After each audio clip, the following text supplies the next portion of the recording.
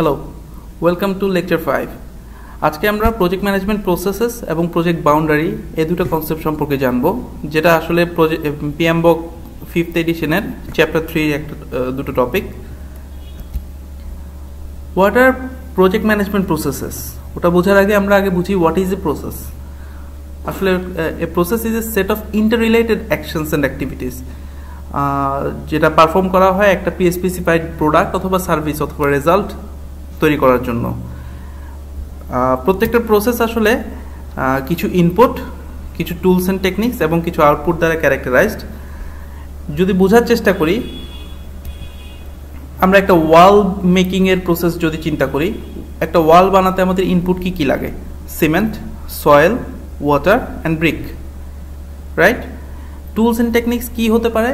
এই সিমেন্টগুলো কিন্তু আমরা then cement, soil and water mixing করি, দেন এটা ব্রিক বাই ব্রিক সিমেন্টিং করি, then once the wall is ready then we water it and dry it, and finally আমাদের output আসে একটা মজবুত ওয়াল। ইন্টাররিলেটেড কেন বলছি?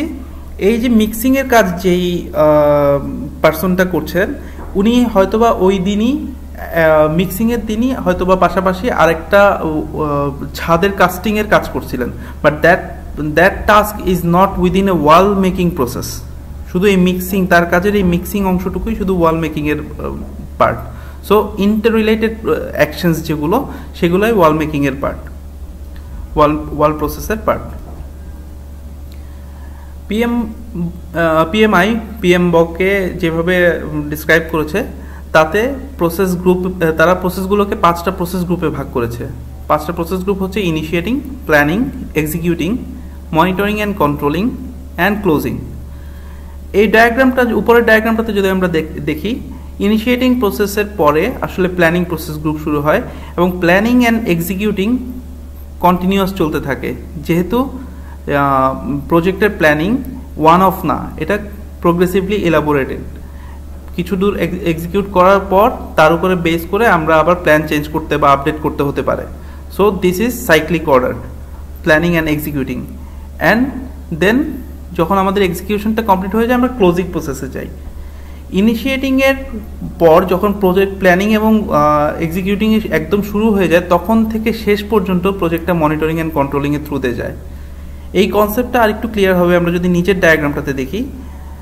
ইনিশিয়েটিং ফেজে আমাদের যে কাজগুলো হয়, say for example project charter sign করা, ইনিশিয়াল প্রজেক্টের বাজেট ডিক্লারেশন, প্রজেক্ট ইনফরমেশন, এগুলো সব কিছু শুরু এই প্রজেক্টের শুরুর দিকে হয়ে দেন ইনিশিয়েটিং প্রসেস গ্রুপটা ক্লোজ হয়ে যায়। প্রজেক্টটা যখন শুরু হয়, তারপরেই প্রজেক্টের প্ল্যানিং শুরু হয় হাই লেভেল, এবং প্ল্যানিংয়ের ম্যাগনিটিউডটা ডে বাই ডে বাড়তে থাকে, এবং এটা কন্টিনিউয়াসলি এক্সিকিউশন শেষ হওয়ার কিছুটা আগে পর্যন্ত প্ল্যানিংটা শেষ হয়। লাস্ট স্টেজ এক্সিকিউশন যেটা, সেটার প্ল্যানিংটা কিছুটুকু আগে শেষ হয়। দেন প্ল্যানিং শুরু হওয়ার একটু পর থেকে এক্সিকিউশন শুরু হয়, এবং এক্সিকিউশনটা চলতে থাকে যতক্ষণ না আমার ডেলিভারেবল বা সার্ভিসটা রেডি না হয়। এবং লক্ষণীয়, প্রজেক্টের শুরু থেকে শেষ পর্যন্ত মনিটরিং অ্যান্ড কন্ট্রোলিং চলছে। ক্লোজিংটা শুরু হচ্ছে একটা সার্টেইন ডেলিভারেবল রেডি হওয়ার পর থেকে, এবং ফাইনাল ডেলিভারেবল রেডি হওয়ার শেষ পর্যন্ত। আমাদের মনে প্রশ্ন আসতে পারে, কেন ক্লোজিংটা একদম প্রজেক্টের শেষে হলো না, কেন এটা মাঝামাঝি থেকে দেখানো হচ্ছে? Closing process group might start from here also, কারণ প্রজেক্টের একটা ডেলিভারেবল, সে ফর এক্সাম্পল আমরা যদি একটা বিল্ডিং কনস্ট্রাকশনের কথা বলি, সেটার যদি একটা ডেলিভারেবল হয় রাজুকের অ্যাপ্রুভড একটা প্রজেক্ট বিল্ডিং প্ল্যান এনে দেওয়া, দ্যাট ইজ অলসো ডেলিভারেবল। সেই ডেলিভারেবলটা কিন্তু আসলে যদি ফুল টাইম স্কেলের কথা চিন্তা করি, মেবি এখানেই অ্যাপ্রুভ হয়ে যাবে, আদারওয়াইজ আমি বিল্ডিংটা কনস্ট্রাকশন করবো কীভাবে? But this deliverable is closed here. So ক্লোজিংয়ের প্রসেস গ্রুপ কিন্তু এখান থেকেও শুরু হতে পারে। সেই each deliverable should be accepted and formally closed as per closing processes, যেটা আমরা ডে বাই ডে দেখবো ক্লোজিং প্রসেস গ্রুপের কী কী প্রসেসগুলো আছে। সো ডোন্ট গেট কনফিউজ যে ক্লোজিং প্রসেস গ্রুপ শুধুমাত্র একদম শেষে গিয়ে আমরা করতে পারি। ক্লোজিং অ্যালং দ্য প্রজেক্ট যে কোনো সময় শুরু হতে পারে ক্লোজিংয়ের অ্যাক্টিভিটি।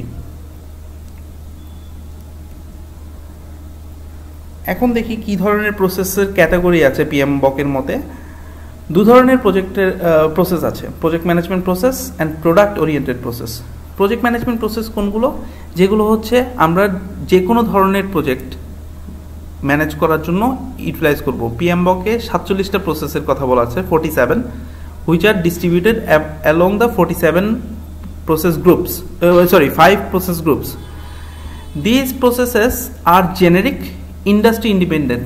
That means construction ইন্ডাস্ট্রিতে যেই প্রসেসগুলো প্রেসক্রাইব করা হচ্ছে, গার্মেন্টস ইন্ডাস্ট্রি বলেন, টেলিকমিউনিকেশন বলেন, আইটি বলেন, সব জায়গায় একই প্রসেস গ্রুপ প্রেসক্রাইব করা হচ্ছে ফ্রম পিএমআই। সবগুলো প্রসেস, এখানকার সবগুলো প্রসেস সব প্রজেক্টেই প্রযোজ্য নাও হতে পারে। All 47 processes might not be applied in every project. আমাদের প্রয়োজন মতো যে কয়টা প্রসেস প্রয়োজন হয় আমরা সে কয়টা প্রসেস নিয়ে কাজ করতে পারবো। These are the features of project management process. Now let's see what is product oriented process. আমরা আগের স্লাইডে, ফার্স্ট স্লাইডে যখন দেখলাম ওয়াল মেকিং এর একটা প্রসেস, সেটা হচ্ছে product, that wall that is a product, সেই প্রোডাক্ট ওরিয়েন্টেড প্রসেস। মিনিং সিমেন্টটাকে বালুর সাথে মেশাতে হবে, পানি দিতে হবে, দেন হচ্ছে কতক্ষণ শুকাতে হবে, কতক্ষণ সিমেন্টিং করতে হবে। That is the feature of wall making process, wall product process. This is not defined in PMBOK. It is not possible also, because পৃথিবীতে অনেক ধরনের প্রোডাক্ট আছে, নট অনলি ইন্ডাস্ট্রি, অনেক ধরনের ইন্ডাস্ট্রিও আছে, তার মধ্যে অনেক ধরনের প্রোডাক্ট আছে। সবগুলো একটা বইয়ের মধ্যে আনা কখনোই সম্ভব না এবং সেটা প্র্যাকটিক্যালও না। So this is not defined in PMBOK. This is industry specific process.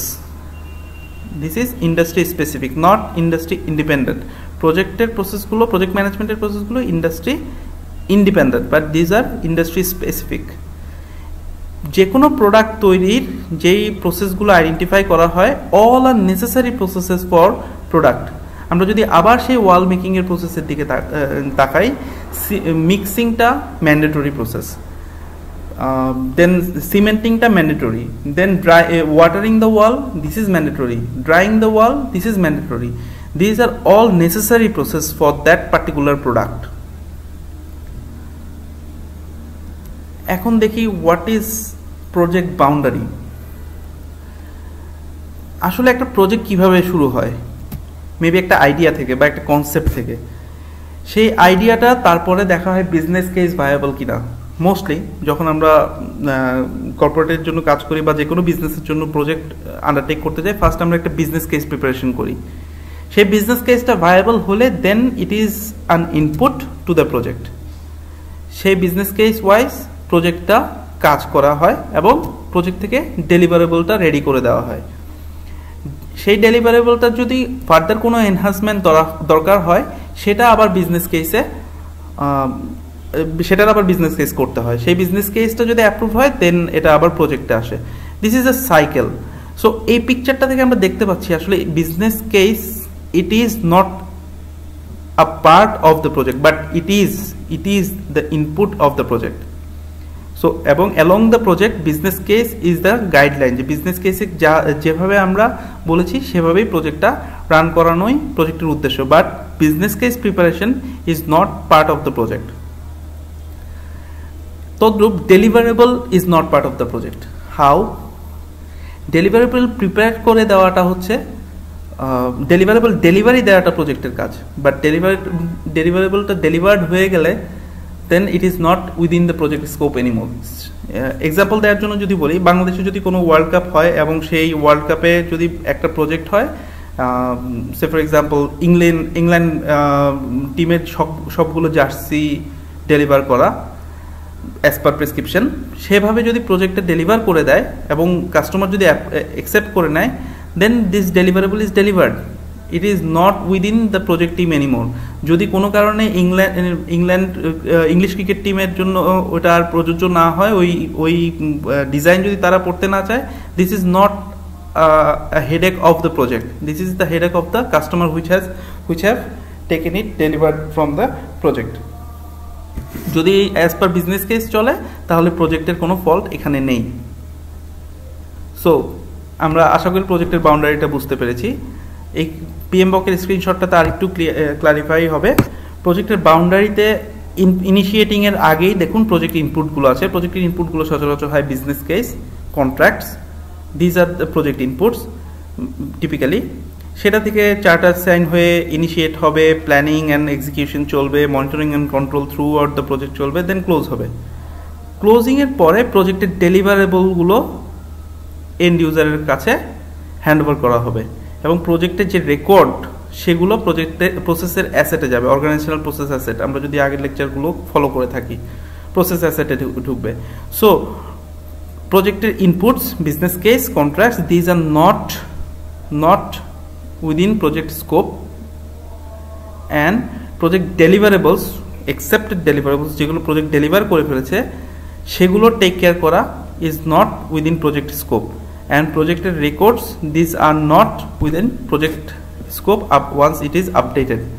So আমরা যেন প্রজেক্টের বাউন্ডারিটা খেয়াল রাখি। Thank you very much.